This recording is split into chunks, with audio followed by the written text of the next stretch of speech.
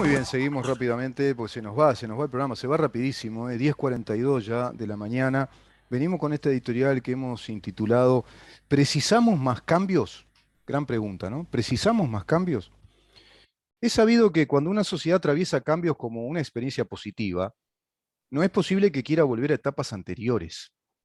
Por ejemplo, desde que el capitalismo se creó, el sindicalismo, por ejemplo, fue mutando y también fue creciendo. Nace el sindicalismo. El capitalismo nace sin sindicalismo, luego nace el sindicalismo dentro del capitalismo y va creciendo. Y con él el avance de los derechos laborales, de la posibilidad cierta de negociaciones salariales y de condiciones de trabajo de los empleados. Es imposible hoy pensar en una sociedad capitalista sin sindicalismo. Es así, es imposible. Evidentemente, es imposible también pensar que una sociedad quiera ir a su experiencia anterior, a un capitalismo sin sindicalismo, a eso que se llama capitalismo salvaje, ese capitalismo intuitivo incluso en sus empresarios, incluso arriesgando sus primeras experiencias en conocimientos respecto a técnicas de producción, desarrollo empresarial, todo por la vía del ensayo y error, esa vía del ensayo y error que aplicaban sus empresarios autodidactas, inclusive en esta materia. Me refiero a la segunda mitad del siglo XIX, comienzo del siglo XX. Todo este asunto mutó a niveles hoy sofisticados en cuanto a técnicas de producción, estrategias de mercado, organizaciones sindicales, organizaciones empresariales, consorcios empresariales, fluidos relacionamientos respecto a acuerdos de trabajo para la producción, vale decir, las relaciones laborales entre los sindicatos y las empresas. Creció la producción de bienes y servicios a nivel mundial, a nivel global, porque todas estas tecnologías avanzaron. Hoy vivimos la revolución de la tecnología informática y digital y con ella, bueno, la evolución en las técnicas del marketing, las técnicas en el desarrollo de los mercados, la técnica de los estudios de proyección en cuanto al crecimiento de productos y con ellos el crecimiento de las empresas, que los hacen, claro está.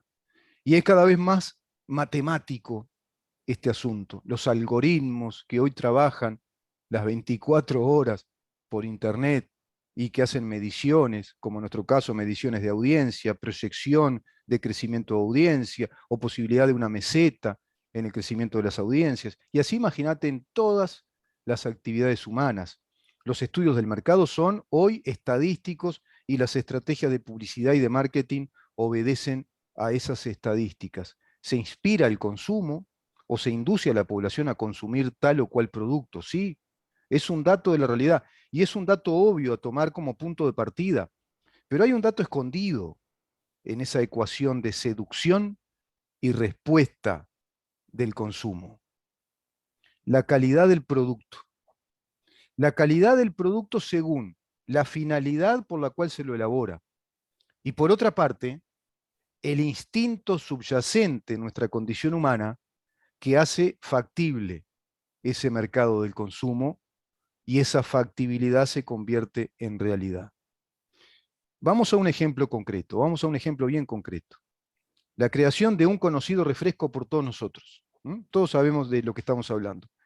Ese conocido refresco se impuso mundialmente como una marca de consumo masiva por décadas, ya por más de un siglo.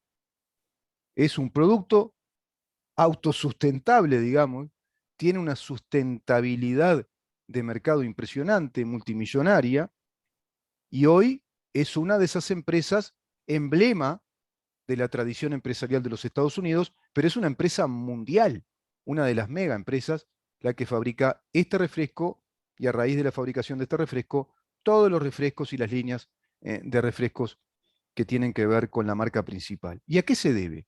¿A sus propiedades nutricionales? No, todo lo contrario. Se debe a su sabor, se debe a la sensación de bienestar cuando ese líquido bien frío se degusta. Y en cuanto al maridaje que hace ese líquido con distintas comidas también. Proporciona una sensación de alivio estomacal a su vez. Y esto último no es casualidad, porque fue concebido como un jarabe para componer problemas estomacales, por ejemplo, dispepsias, sensaciones de hinchazón, acidez, y resultó ser un refresco. Por ende, la finalidad de este producto es la que reúne estas características de sabor y sensaciones, más la combinación justa con los alimentos y la fácil portabilidad de este refresco, la fácil portabilidad en envases que incluso fueron mejorando en su tecnología aplicada a la comodidad de la vida contemporánea. ¡Pah! ¿Cuántos elementos, no? ¿Cuántos detalles a tomar en cuenta? ¿Qué ingeniería en la concepción de ese producto? Imagínate en la logística del mercadeo, en el marketing y en la logística del transporte de ese producto. Y a nivel global, a nivel planetario, la instalación de empresas en distintos lugares. Y así imagínate en otros productos. Es evidente que todo esto puede funcionar en una economía de mercado, en el capitalismo. Acá empezás a entender por qué se habla de la libertad de creación, la libertad de expresión, la libertad de movimiento, y a su vez lo que el capitalismo mismo también fue concibiendo y creando, las patentes de invención, los registros de propiedad, los derechos de autor y, por supuesto, los derechos sindicales para establecer una buena relación entre los empleados necesarios, los obreros, los trabajadores que son necesarios para que estas producciones de riqueza puedan funcionar. Pero a su vez los capitales de riesgo, los capitales que invierten en todas estas ingenierías que conciben un producto, que conciben conquistar el mercado, que necesitan publicidad, que necesitan publicarse y necesitan un producto que sea confiable por su calidad. Calidad respecto a la finalidad que va a cumplir. Es evidente entonces que el capitalismo, y así lo demuestra la historia, es el único sistema que permitió el crecimiento de las riquezas y permitió esa tan mentada frase de cuño socialista, la distribución de las riquezas. El error del socialismo es pensar que la distribución de las riquezas se puede dar por planificación, que se puede preestablecer y planificar desde un conjunto de burócratas de Estado que van a tomar decisiones sobre un dinero que proviene ¿de dónde? ¿De un mago que lo da? No. Ese dinero proviene de las riquezas que producen actividades privadas dadas a todos estos emprendimientos y a estas aventuras de desarrollar cierto bien, cierto producto o servicio. Y muchas de ellas combinan bienes y servicios. En todo esto hay incentivos, la creación, la libertad para crear, la libertad para explorar mercados y un incentivo mayor, el dinero.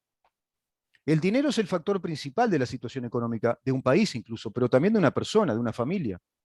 Claro que es el dinero. El dinero es el oro de nuestro tiempo propio. No lo digo yo, esto lo afirmaba el artista plástico Andy Warhol. Es tan de perogrullo como la ventaja de la plena salud y la riqueza en una persona. Imagínate combinadas. El dinero no es todo, pero ¿cómo ayuda? Dicen los auténticos decadentes. La salud lo es todo. La salud lo es todo, pero si a la salud le agregás dinero, tenés calidad de vida. Depende de cómo viene ese dinero, por supuesto. De dónde proviene, cómo accesa ese dinero. ¿Cuánto tiempo invertimos en obtener ese dinero? ¿Cuánto esfuerzo implica hacerlo? Y si ese tiempo y ese esfuerzo están en una relación de equilibrio con el dinero obtenido. Todo esto, que acá lo digo básicamente, es materia prima del comportamiento en las sociedades capitalistas. Es la materia prima de la libertad individual de querer crecer o no, o decir, esto no es para mí. Yo me voy más por el lado del empleo, me voy más por el lado de tener un salario fijo todos los meses y me dedico a trabajar. O me dedico a ser un profesional, estudio, pero después capaz que descubrís que en tu profesión también podés convertirte en un empresario de la misma. ¿Cuántos casos? Entonces, el esfuerzo de un genio creador, en lo que sea, o de un talento creador, de una mente adelantada a su época, incluso, como vimos cantidad de casos de empresarios adelantados a sus épocas, es el que siempre demuestra dónde nace la mayor producción de dinero. En la sociedad liberal capitalista. Y es en la sociedad en la cual nacen todos los derechos, porque esos derechos están vinculados al crecimiento de la producción de riquezas. Si vos no aumentás la producción de riquezas, si vos no tenés un modelo económico básico de creación de riquezas libre, más o menos espontáneo, menos planificado, menos orquestado desde ciertos talibanes o magnates o mesías que te dicen cómo vivir, bueno, vas a tener más derechos. El sindicalismo creció con el capitalismo, los derechos laborales, los derechos personales, el derecho a la libertad, el derecho a la libertad de prensa, el derecho a la libertad de expresión, el derecho a la libertad de pensamiento, el derecho a la propiedad, a tener propiedad, que tu familia tenga propiedad, que tenga propiedades, que tenga casa, que tengas coche, que tengas la propiedad incluso de vivir según tú querés vivir. Bueno, todo eso es lo que fastidia y combate la ideología marxista y hoy el neomarxismo socialista instalado en América Latina. Y esa ideología es la que está subyacente a esta, digamos, campaña de referéndum contra esta ley de urgente consideración, que repito, es tan solo una ley. ¿De buena calidad? Sí, de buena calidad, pero es tan solo una ley que nos otorga más derechos para vivir en una sociedad de acuerdo a estos parámetros que te acabo de decir. Qué explicación, ¿verdad?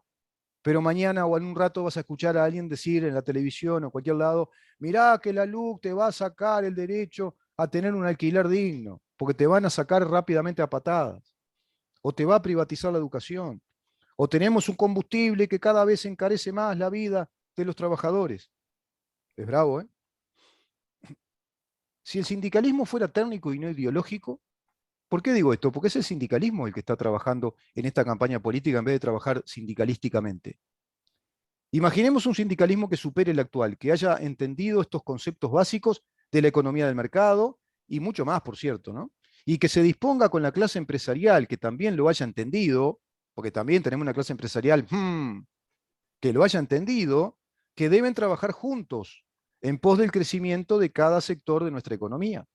Imaginemos más profesionalidad en ambos lados de la balanza de la economía de mercado. Imaginemos un sindicalismo técnico en todos estos asuntos. Quiero decir, con técnico a un sindicalismo liderado por personas que se preparen especialmente para cumplir con lo que las leyes laborales, los convenios de trabajo, los convenios internacionales de trabajo de la OIT que suscribe nuestro país y los convenios colectivos indican hacer de acuerdo al rol específico que deben cumplir los sindicatos de acuerdo a las personerías jurídicas obligatorias que una ley tiene que imponer, tiene que mandatar.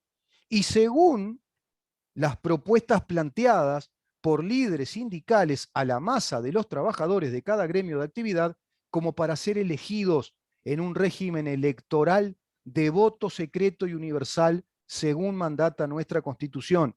Imagínense cómo cambiaría el país, la correlación de fuerzas, el comportamiento como sociedad, la dinámica de comportamiento social en pos del desarrollo económico, por ejemplo. Y por supuesto la obtención de más derechos y más calidad de vida. Imagínense entonces un sindicalismo plural, en plena competencia sindical, sana, ajustada necesariamente a las técnicas vigentes de la producción de las riquezas, a las inquietudes de un mundo tecnológicamente muy avanzado, digital, informático, inteligencia artificial. Imagínense las inquietudes de crecer como sindicalistas, como organizaciones sindicales, de propender a la formación de sus afiliados, de que se preparen técnicamente porque las técnicas hoy rápidamente adolecen de vejez. Imagínese un sindicalismo que tiene que llevar las cuentas de los balances de las empresas como para entender cuál es la ecuación de inversión, presupuestos, utilidades de la empresa que es la mamá que le da el trabajo. Imagínense la movilidad del mercado monetario, entender lo inestable que en nuestro país es el dinero, la inflación, vale decir, la pérdida adquisitiva del dinero, la devaluación, que corre para todos por igual, para el empresario también, para el que produce, para el que importa, para producir. Imagínense, nuestra sociedad una vez experimentando este sindicalismo vigoroso que da certezas, que estabiliza la realidad productiva del país, con conflictos reales, conflictos que provengan realmente de las relaciones laborales y que dé respeto, ¿querría esa sociedad uruguaya ir hacia atrás? Es decir, hacia el sindicalismo que hoy impera en nuestro país. Este sindicalismo sería el atrás de este sindicalismo que yo me imagino en voz alta. Nos vemos mañana a partir de las 10 de la mañana para seguir preguntando, ¿en dónde estamos? Chao.